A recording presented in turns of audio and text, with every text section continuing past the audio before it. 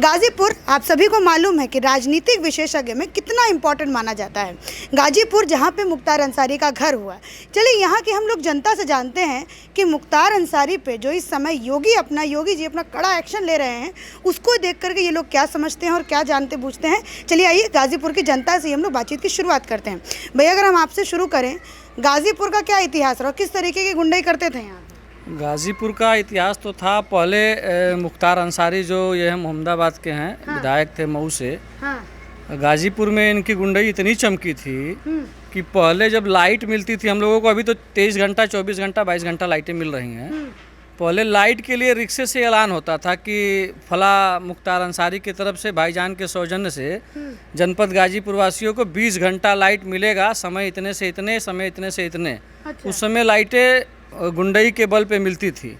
अब योगी जी की सरकार आई है तो लाइटों की व्यवस्था ठीक हो गई है, लाइट अभी बिना गुंडई के मिल रहा है।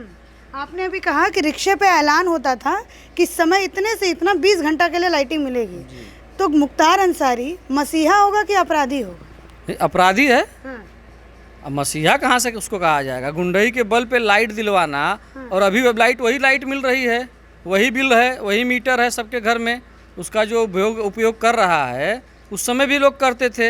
अभी कोई रिक्शे पे ऐलान नहीं होता है, लेकिन विपक्ष के लोग इस बात को नहीं कहना चाहते हैं कि पहले 20 घंटा जो है गुंडा माफिया के बल पे मिल रहा था, अभी जब महाराज जी की सरकार आई है तो ऐसे ही मिल रहा है।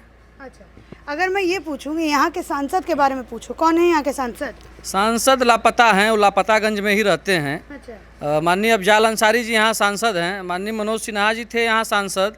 तो विकास की गंगा बह रही थी यहाँ, अभी गंगा ओवरब्रिज भी बन रहा था। और इनको जीतने के बाद, इनको हारने के बाद मनोज सिन्हा जी के हमारे अफजाल अंसारी जी सांसद हुए, भारी बहुमत से जीते। लेकिन उसके बाद वो पता नहीं है उनका। अब उनके यहाँ जाने आने पर ये पता चलता है कि भैया हम सरकार में नहीं है, कोई काम हम करा नहीं पाएंगे, बस जीत करके अपने घर बैठे रहते हैं, रास्ते में दिखाई वगैरह नहीं देते हैं। अफजाल अंसारी मुख्तार अंसारी के भाई। मुख्तार अंसारी जब उनका दबदबा था यहाँ पे तो कैसा था गाजीपुर? कैसा था? अपराधी का दबदबा होना कोई समाज में, उसके लिए डर से लोग न बोले, मगर लोग विरोध तो करते ही हैं, मन में तो विरोध करते ही है ना।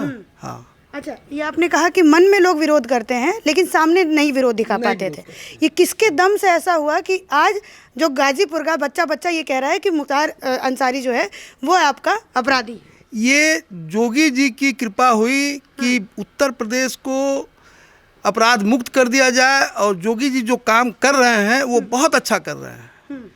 इससे अपराधियों का सैकड़ों साल, मतलब कोई हिम्मत नहीं करेगा कि बिना नक्शा का मकान बना लें, ज़मीन कब्जा कर लें, किसी का हिम्मत नहीं पड़ेगा। तरीके से मुख्तार अंसारी का राजनीतिक इतिहास भी रहा, ठीक है। यहाँ से क्या लगता है कौन सी पार्टी इनको ज़्यादा संरक्षण दे रही थी और फलने फूलने के लिए वो दे रही थी? हाँ जी, अगर मैं कहूँ तो उनका कोई राजनीतिक इतिहास नहीं है। उनका इतिहास माफियागिरी और गुंडई का रहा है। वो तो एक सिंबल उन्होंने अपने भाई का ले लिया और ले करके जो है राजनीति में अपने को दर्शाने शुरू किया। उसके सहारे वो अपना बचाव किए और कुछ नहीं किया। वो किसी पार्टी का जो है ना हित उन्होंने देखा ना किसी और का, वो केवल अपने हित के लिए पार्टी ज्वाइन किए, और आज स्थिति उनकी जो है सांप और छछुंदर वाली हो गई है। अच्छा, योगी जी के इस एक्शन पे क्या सोचती है? अगर मैं गाजीपुर की जनता से अगर पूछूं, योगी जी के कभी मुख्तार अंसारी, कभी विकास पांडे, मतलब ऐसे ऐसे क्या क्या सोचते हैं? विकास दुबे हो चाहे योगी जी, ठीक है। तो योगी जी के आज ये कंडीशन कर दिया उन्होंने कि मुख्तार जो है एक भीगी बिल्ली बन करके हैं, और वो अभी चाहते हैं कि कोई पार्टी में हमको जो है संरक्षण मिल जाए और फिर से मैं हावी हो जाऊं। यही उनकी मंशा है। अच्छा, कौन सी पार्टी में लगता है भैया कि वो अपना आसरा कहीं ना कहीं देखने की कोशिश कर रहे हैं? अरे गुंडों की पार्टी तो 2 ही पार्टी हैं। अच्छा, भारतीय जनता पार्टी तो लेगी नहीं भाई, जय श्री राम वो करती है। और जो जय श्री राम नहीं करती है, जो भगवा चोला नहीं बनाती है और मंदिर नहीं जाती है, वो पार्टी है बहन जी है हमारी मायावती जी हैं, उनका संरक्षण प्राप्त हो सकता है, और माननीय मुलायम सिंह जी का संरक्षण प्राप्त हो सकता है। बाकी अन्य पार्टी इनको लेगी नहीं, और मरे हुए सांप को कोई गले में लपेटना नहीं चाहता है, जो कांग्रेस है इस समय। ठीक। अच्छा, अगर मैं यहाँ से एक चीज़ पूछूं कि यहाँ पे गाजीपुर में क्या लगता है, क्या है चुनावी माहौल? इसके मुख्तार अंसारी के बुलडोज़र चलाने के बाद, उसके घर पे बुलडोज़र चलाने के बाद चुनावी माहौल कुछ बदला या फिर अभी वही है? चुनावी माहौल बहुत बदला है। जैसे कि अभी आपने जिला पंचायत अध्यक्ष का चुनाव देखा होगा, हाल ही में हुआ है अभी, तो ये अभी बता दे रहा है इस माहौल को कि आगे वाले विधानसभा में माहौल क्या होगा। यह स्पष्ट रूप से अभी जाहिर हो गया है कि माननीय योगी जी की सरकार दोबारा बनने वाली है, भारी बहुमत से बनेगी, उसमें दो राय नहीं है। अच्छा, अगर मैं आपसे पूछूं तो क्या माहौल है अगर गाजीपुर का, अगर मैं पूछूं? देखिए, गाजीपुर के माहौल के बारे में देखा जाए तो लोग जो है गुंडागर्दी वगैरह से बाहर निकल चुके हैं और इस समय लोगों के सामने मुद्दा है रोजगार का, विकास का। और दोनों ही मुद्दे पे, चाहे योगी सरकार हो चाहे मोदी सरकार हो, दोनों सरकारों ने बहुत ही बेहतरीन काम किया है और इसका परिणाम अभी हालिया में आपको जिला पंचायत अध्यक्ष के चुनाव में दिखाई दिया है। और निश्चित रूप से 2022 में और प्रचंड बहुमत से उत्तर प्रदेश में भाजपा की सरकार आएगी और निश्चित रूप से योगी आदित्यनाथ जी एक बार फिर से मुख्यमंत्री बनेंगे। अच्छा, अगर मैं आपसे पूछूं तो क्या माहौल है? इस महाराज जी की सरकार से हम लोग संतुष्ट हैं। ठीक है। अच्छा, एक बात अगर और पूछूं कि यहाँ पे जैसे उत्तर प्रदेश में, अगर मैं पश्चिमी की बात करती हूँ, मैं पूर्वांचल की बात करती हूँ, तो क्या यहाँ से अगर योगी आदित्यनाथ की सरकार नहीं होती, भाजपा की सरकार नहीं होती, तो कभी ये गुंडागर्दी ये सब कम हो पाता? जी नहीं। अब दिन पर दिन इसका वर्चस्व बढ़ता जा रहा था और जनता इसी तरह त्रस्त रहती। ठीक है, आपसे अगर पूछूं तो कि सेम। और जहाँ तक सरकार की बात है, ये अगर सच में पूछा जाए, आज़ादी की बात मैं कह रहा हूँ, तो अब आज़ादी मिली है। मोदी जी की सरकार बनी और प्रदेश में योगी जी की सरकार बनी, तो आज़ादी अब मिली है हर हर रूप में, वो चाहे माफियागिरी में हो, चाहे शासन प्रशासन, विकास, हेल्थ, हर चीज़ में देखा जाए तो अब जा कर के आज़ादी मिली है।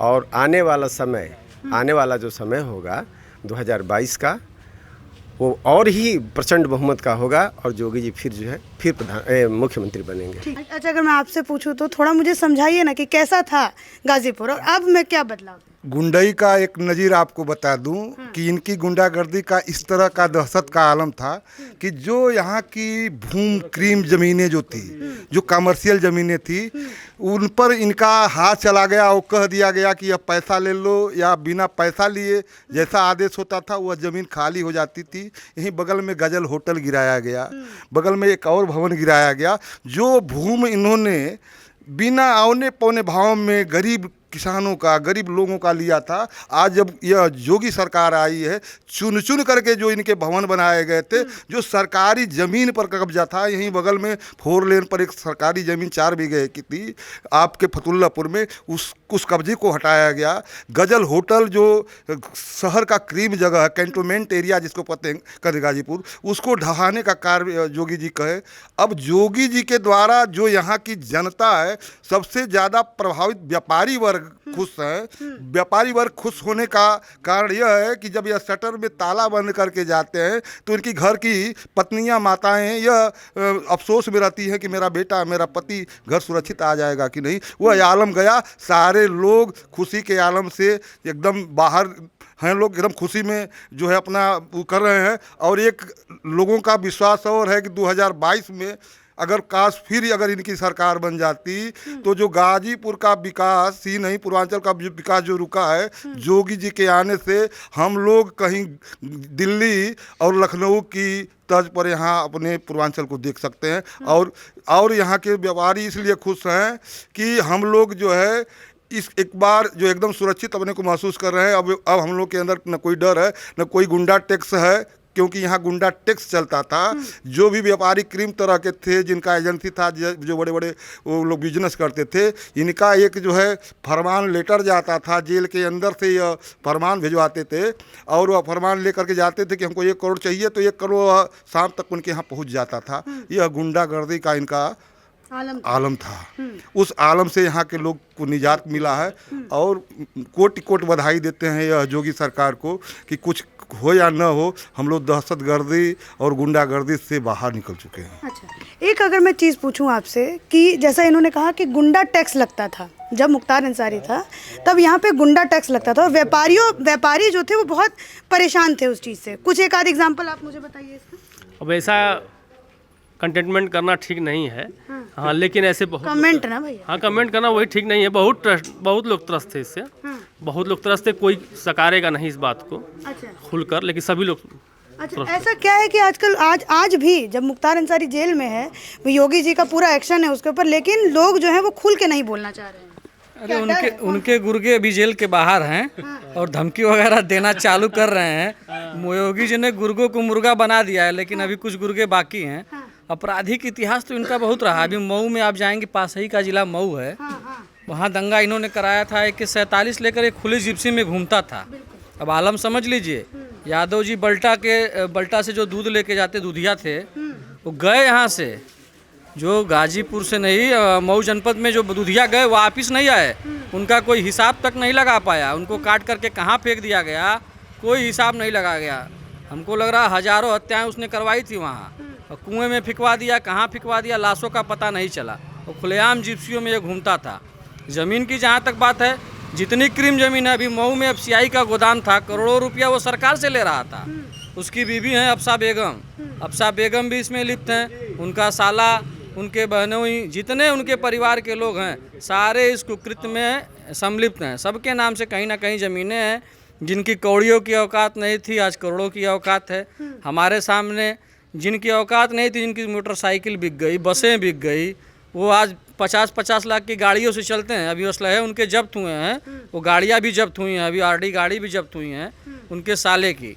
ये भंगी थे, बाल बनाने का पैसा इन सबों के पास नहीं था। आज बाल बड़े बड़े रख लिए हैं, उसमें क्रीम शैम्पू लगाते हैं महंगे वाले ये सब।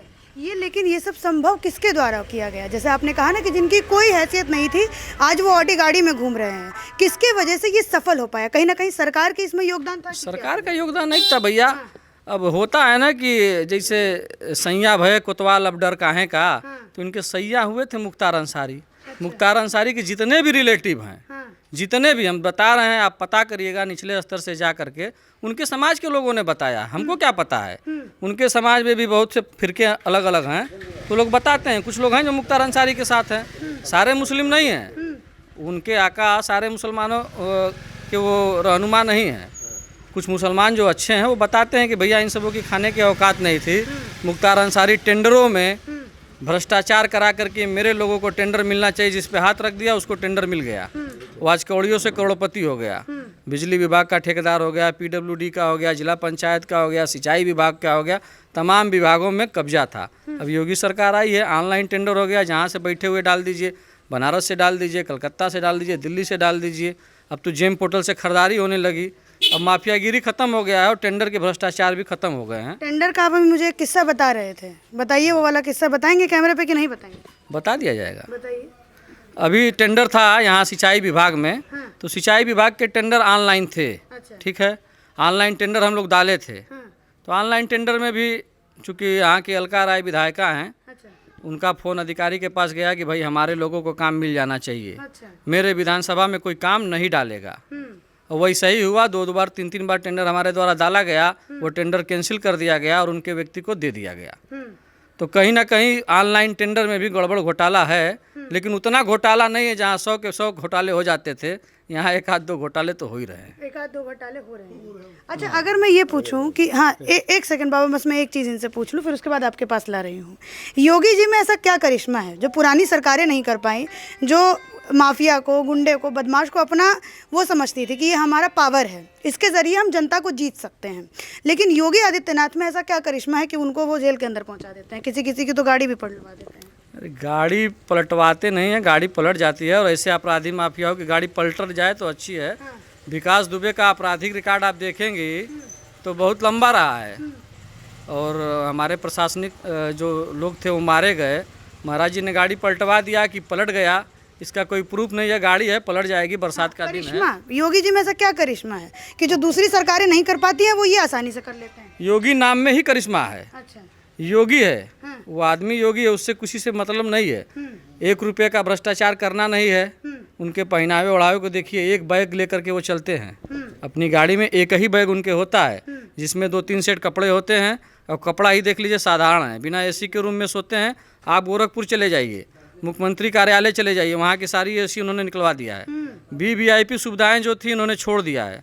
तो जो व्यक्ति योगी है, जो हठी योगी है, योगी नहीं हठी योगी कही है। मेरे चैनल को और आपको बहुत बहुत धन्यवाद। धन्यवाद भैया। क्या बोल रहे थे भैया? अभी यहाँ से एक गाड़ी गई है ना, सफारी गाड़ी थी, तो एक इसमें जावेद थे, बैठे थे। अभी इसी सरकार की बात है, मुख्यमंत्री जी पर और ये माननीय मनोज सिन्हा पे टिप्पणी किया था। ये अभी गए हैं। हाँ, अभी तो इसको अभी हम लोग तत्काल में ही भिजवाए थे, जेल भिजवाए थे हम लोग, वही गया था, अभी जा रहा था। ये जावेद था, जावेद का क्या कुछ बताना चाहते हैं इसके बारे में? जावेद ये उन्हीं का, वही मुख्तार अंसारी का आदमी है। ये बाद में ये फिर जा कर के माननीय ओम प्रकाश सिंह के यहाँ सट गया, संरक्षण प्राप्त है, घूम रहा है। इसकी भी कौड़ियों की औकात थी।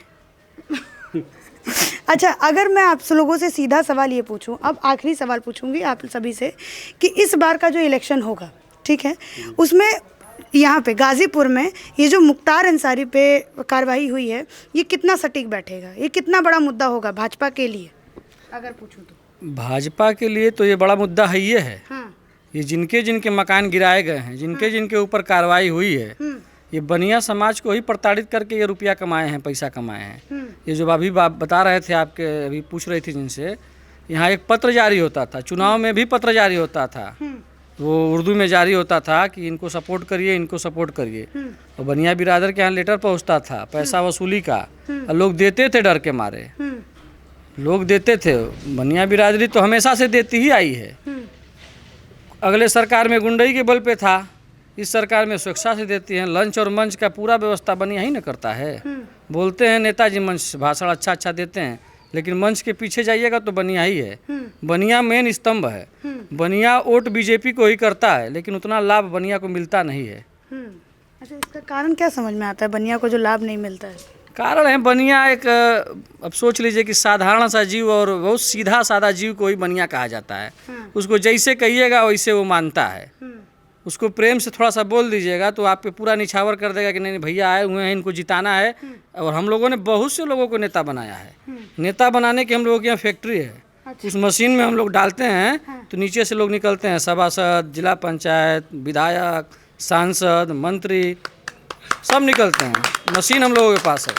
बनिया समाज ने वैसा मशीन बनाया है, उस मशीन में गधे को डालिएगा तो आदमी बन के निकलेगा, और उसको चोला पहना के हम लोग मंत्री विधायक बना दें। ऐसा कोई एग्जाम्पल है आप लोगों के पास जो गधा इंसान हो? उससे एक आध नाम ले लीजिए। एक आध नाम नहीं लेंगे ना, नाम लेंगे तो भाई लोगों को बुरा लग जाएगा। क्योंकि इस समय वो ऐसी गाड़ियों में चल रहे हैं। किस पे इशारा है, किस पे तंज है ये? अरे जो लोग नेता बने हैं, जिनको ये देखेंगे वीडियो, वो लोग समझ जाएंगे किसके ऊपर ये तंज कसा जा रहा है। वो जान जाएंगे कि बनिया समाज से हमने सहयोग लिया, बनिया समाज के लिए हमने सब किया, बनिया समाज को फिर हमने भूल गया। अच्छा, बीजेपी में ही है ना वो नेता अभी कि नहीं? हाँ, बीजेपी में ही होगा। आने वाले आगामी चुनाव में वो चेहरे नहीं दिखाई देंगे, समझ जाइएगा कि वही चेहरा है। आने वाले आगामी चुनाव में वो चेहरे नहीं दिखाई देंगे, उस चेहरे को बदल दिया जाएगा। उस फैक्ट्री से नए नेता निकलेंगे। अच्छा, अगर बाबा मैं ठीक है, बसपा की सरकार थी तो जो दूसरे कास्ट हैं, मुसलमानों को छोड़ करके, सपा के लिए यादवों को छोड़ करके, तो जैसे ब्राह्मण हो गए, ठाकुर हो गए, इन सब की क्या स्थिति थी अगर मैं ये पूछूं? देखिए, ऐसा है कि सपा सरकार में जो तरीका भाजपा का ये करने का है, भाजपा में बहुत खराब होगा तब भी बहुत अच्छा होगा, और सपा या बसपा में ये बात नहीं है। भाजपा एक संस्कारित ये पार्टी है, और जो भी ये कर रहे हैं बिल्कुल सही कर रहे हैं, और देश का विकास हो रहा है। और जो कहता है कि देश में विकास नहीं हो रहा है, वो उनके आँख का ऑपरेशन करवा लेना चाहिए। उनको यहाँ से गाड़ी में बैठाइए और दिल्ली तक भेज दीजिए, वो देख लेंगे कहाँ विकास हुआ। एक काम अखिलेश जी किए थे बहुत अच्छा, पर आज उससे अच्छा सैकड़ों काम हो चुका है। उन्होंने लखनऊ से आगरा तक का रोड बनवाया था, जिस पर हेलीकॉप्टर उतर रहा था। उसको बीजेपी सरकार, उनको बहुत डैमेज करने का कोशिश किया गया कि मतलब ये खराब बनाए हैं, पर उसमें जांच में अखिलेश पकड़े नहीं गए। अखिलेश में भी एक क्वालिटी थी। वो क्वालिटी ये थी कि जब वो बैठे तो बोले कि आप मुख्यमंत्री होते तो क्या करते। जब तक वो पब्लिक का राय लेते रहे तब तक वो ठीक चले, और जब सत्ता के मद में चूर हुए तो नष्ट हो गए। इस बार हाँ क्या बाबूजी ने भी बताया कि अखिलेश जी ने अच्छा काम किया। अखिलेश युवा हैं, काम कर रहे थे ठीक, लेकिन अखिलेश जी भी उस पर नकेल नहीं कस पाए। उनके चाचा एक हैं, शिवपाल नहीं, एक और चाचा हैं, मोहम्मद आजम खान, जो बकरी भैंस ढूंढने में यही पुलिस थी, उत्तर प्रदेश की पुलिस थी।